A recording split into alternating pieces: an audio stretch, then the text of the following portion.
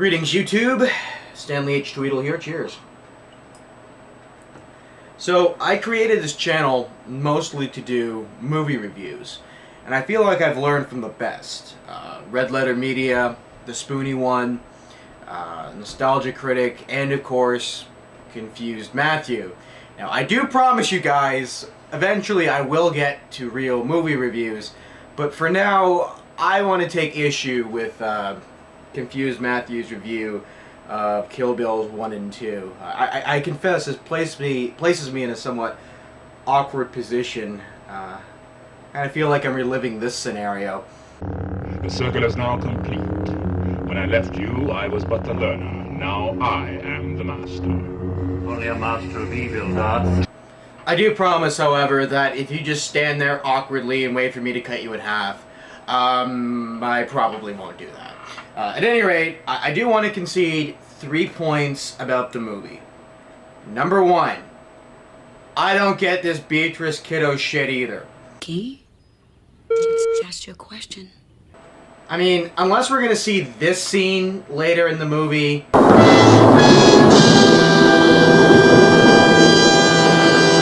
I don't get it. I really don't get what the fuck he thought he was doing. It makes no sense to me. It's distracting and it takes away from the rest of the movie.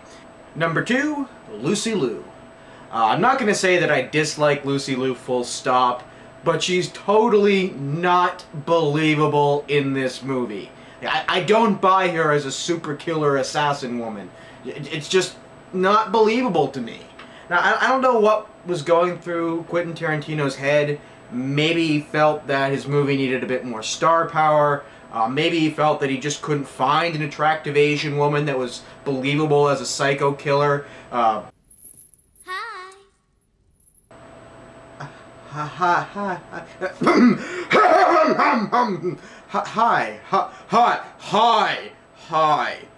Hi. Hey! No! Damn it! No! Howdy! No! Fuck it! You'll know I'm an idiot. God damn it! Hi! How's it going? You want to get a drink sometime?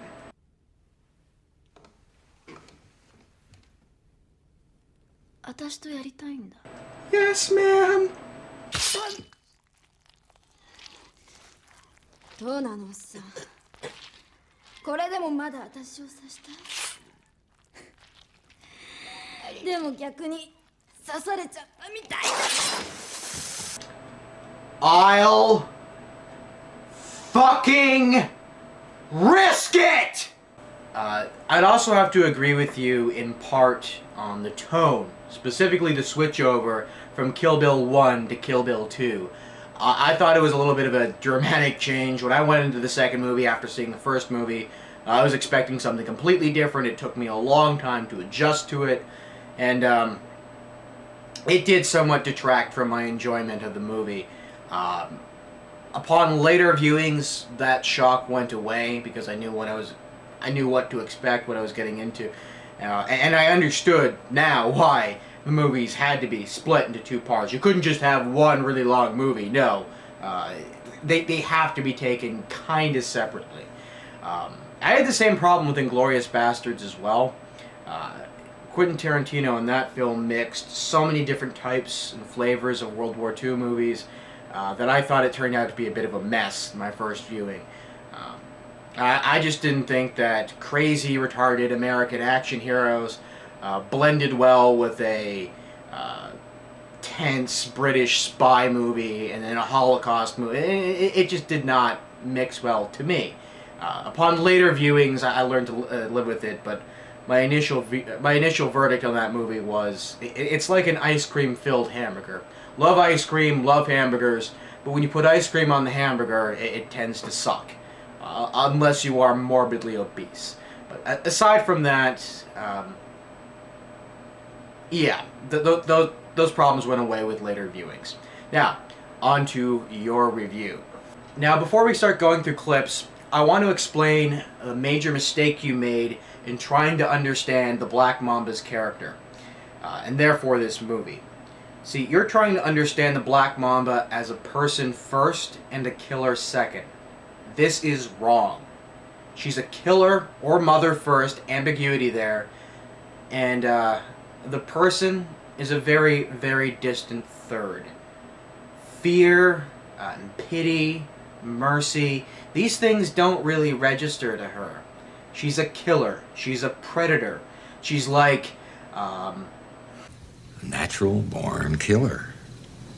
You always have been, and you always will be. Moving to El Paso, working in a used record store, going to the movies with Tommy, clipping coupons. That's you. Trying to disguise yourself as a worker bee. That's you trying to blend in with the hive. But you're not a worker bee. You're a renegade killer bee. And no matter how much beer you drank or barbecue you ate or how fat your ass got, nothing in the world would ever change that. hey, who's doing this review, David Carradine? Anyways, let's get to the first clip. So you start off with a summary of how you feel about the editing and Quentin Tarantino in general and all that kind of stuff. And then you describe how the bride gets shot by Bill in the initial scene. Then bride pulls up at Vivica A. Fox's house and tries to kill her. And then you say something that indicates that you don't get the character. Thurman has no intention of killing this woman in front of her daughter, but Vivica eventually makes that decision for her, as she was the only person smart enough to bring an actual gun to this fight. No, it's not that she's smart, it's that she's desperate. She's going against the established code of honor by using a gun instead of an edged weapon, which according to the bride... Bill always said you were one of the best ladies he ever saw with an edged weapon. Fuck you, bitch. I know he didn't qualify that shit. And what does the bride show up at her house with? An edged weapon. She wanted to show up at her house, look her in the eye,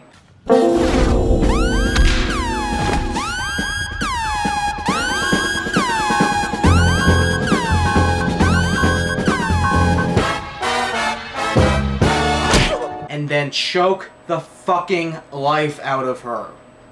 You'll also notice the bride doesn't draw her blade until after Copperhead does. It's not enough that she has to die. She has to die in a fair fight. The last thing she has to see is Black Mamba choking the fucking life out of her. That's the character's motivation. Showing up behind her and busting a cap in her ass wouldn't nearly be as satisfying. It's about vengeance, not just about whacking a bunch of people in an impersonal manner. Thurman takes her out, but unfortunately, it seems that her daughter was here to witness it. Now, I want to stop for a moment, and I want you all to imagine something for me. And I know this is a horrible thing, but I really want you to imagine this. You're about 6 years old. You've just come home from school. You go upstairs, put your things away, come back down, and your mother is dead on the floor, with her killer standing above her. Really, I want you to imagine that. I'll give you a moment. What would your reaction be to this?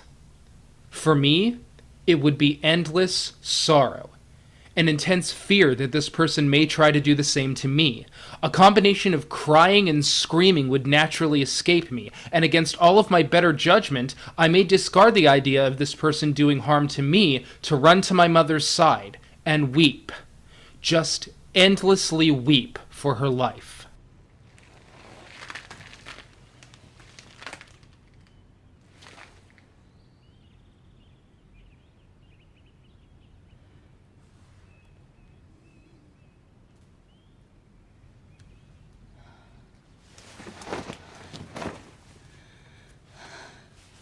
It's not my intention to do this in front of you.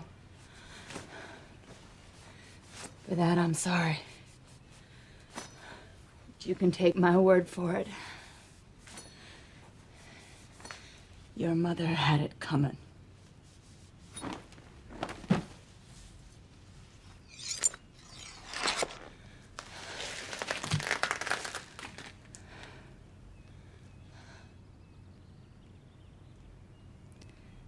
Grow up, if you still feel raw about it,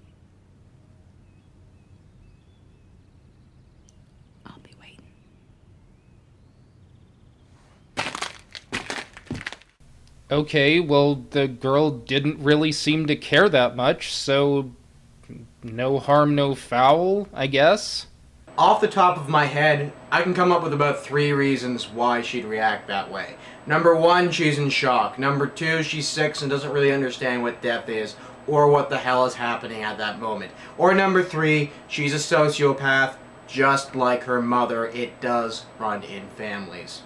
So as if the reel was broken and was playing the movie completely out of order, we then go back to the church after the slaughter and come to find that Thurman's character was not actually killed, which we already know. She's taken to a hospital where we think she's being treated, but come to find that one of the lackeys responsible for her condition is here now to finish the job. Good lord, does this scene drag on, but by the time she does get around to doing the deed, she is stopped by a phone call from Bill, who still remains off camera.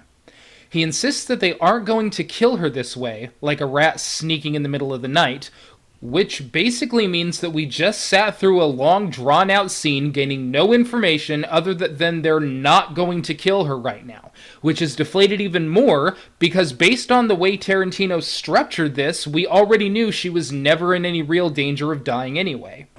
Wrong! The purpose of this scene is to introduce the character of Elle. How sadistic she is, the rivalry between her and the bride, her total lack of honor and integrity. It's to introduce the character and establish who she is. And this is another point that you're totally missing. This is about a killer. To kill is to end a human life.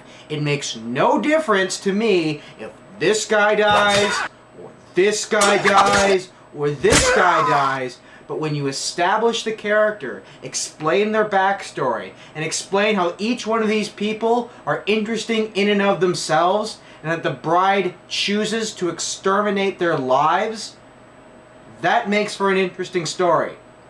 Moving on. My problem with this movie so far is that while we're spending a lot of time establishing our protagonist's courage and tenacity, we still don't know very much about her. She's mad, she wants revenge, but that's all we really know about her personality, and so it makes it a little difficult to be fully invested in her success. Again, you're trying to see her as a person first and a killer second. This is wrong. As far as I can tell, she loved Bill with her whole heart, and that was ripped away. She had an overwhelming sense of protectiveness to her unborn child, and that was quite literally ripped away.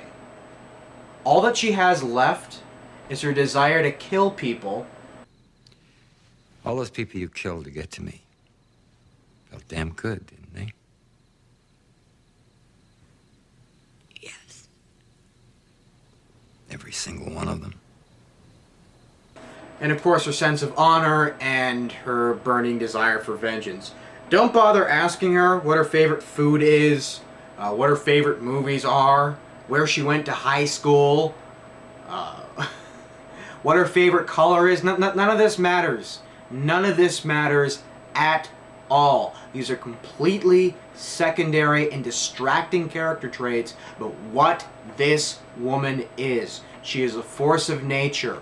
This is like watching one of those BBC Life programs where the predators rip apart the prey. That's what she is. That's what she wants to do. That's what her life is about. That's what's going through her head 24/7. Of course, all these other characters, these real people, have to learn to live with this. This is kind of like watching Friday the 13th from the perspective of Jason Voorhees. Honestly, she's less of a person than a shell of a person. But that's okay, because it looks like that's all about to change. Because when she gets in the car and tries to wiggle her big toe, we finally do get a backstory. And man, oh man, is it a full, detailed backstory. We get the motivations, the things that set all other things in motion. We learn the attitude, size, and dimension, and the complete satisfying picture of Lucy Liu's character. Again, this is to remind us that she's killing real people.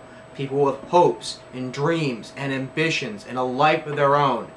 She doesn't have one, but she sure as hell knows how to take one.